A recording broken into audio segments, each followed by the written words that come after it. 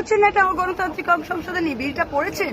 বিলে কি লেখা আছে? বিলে লেখা আছে যে ভারতের আইন কি, যে কোনো সভ্য দেশের আইন কি, যে ইনোসেন্ট টিল প্রুভেন গিল্টি।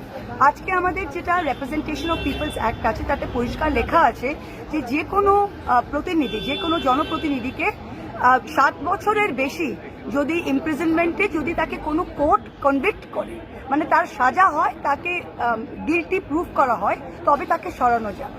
এই বিলটা কি করছে? এই বিলটা বলছে যে যে কোনো ইলেক্টেড মুখ্যমন্ত্রী, যে কোনো একটা ইলেক্টেড মন্ত্রী, মানে যে কোনো বিরোধী রাজ্যে, মমতা ব্যানার্জি আজকে 8 কোটি মানুষ 9 কোটি মানুষ ভোট দিয়ে তাকে জিতিয়েছে, তিনি তাদের কথায় আজকে মুখ্যমন্ত্রী হয়েছে। কালকে সেন্ট্রাল গভর্নমেন্ট নিজের ইডি, নিজের সিবিআই তাদেরকে দিয়ে যে কোনো ভুয়ো ফলস কেসে তারা অ্যারেস্ট করতে পারে, আর 30 দিনের মধ্যে সেই স্টেট গভর্নমেন্ট, সেই মুখ্যমন্ত্রী, সেই মিনিস্টারকে স্যাক করতে পারে। তার মানে কি, আপনি ফেডারেল স্ট্রাকচার বাইপাস করছেন, আপনি যুক্তরাষ্ট্র পরিকাঠামোকে আপনি পুরোভাবে এড়িয়ে যাচ্ছেন।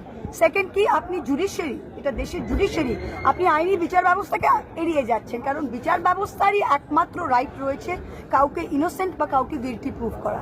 আপনি সেটার জন্য অপেক্ষা না করে 30 দিনের মধ্যে, দিল্লিতে দেখলেন কি হলো, সত্যেন্দ্র জেনকে তারা জেলে দিল, 4 বছর পরে সিবিআই বলছে যে আমাদের কাছে কোনো প্রুফ নেই। আজকে এনফোর্সমেন্ট ডিরেক্টরেটের কনভিকশন রেট 1%। তা ওরা আজকে যে কোনো কাউকে অ্যারেস্ট করে, 100 জনের মধ্যে একজন গিল্টি, তাদেরকে অ্যারেস্ট করবে। তা এইটা শুধু বিরোধী পক্ষরও নয়, এটা উইদিন দ্য বিজেপি, তাদের যেটা অ্যালাইজ আছে তাদের মধ্যেও যদি কেউ অমিত শাহ, নরেন্দ্র মোদীর কথা না শোনে, তাহলে ঘচান ফুল, গলা কেটা হবে।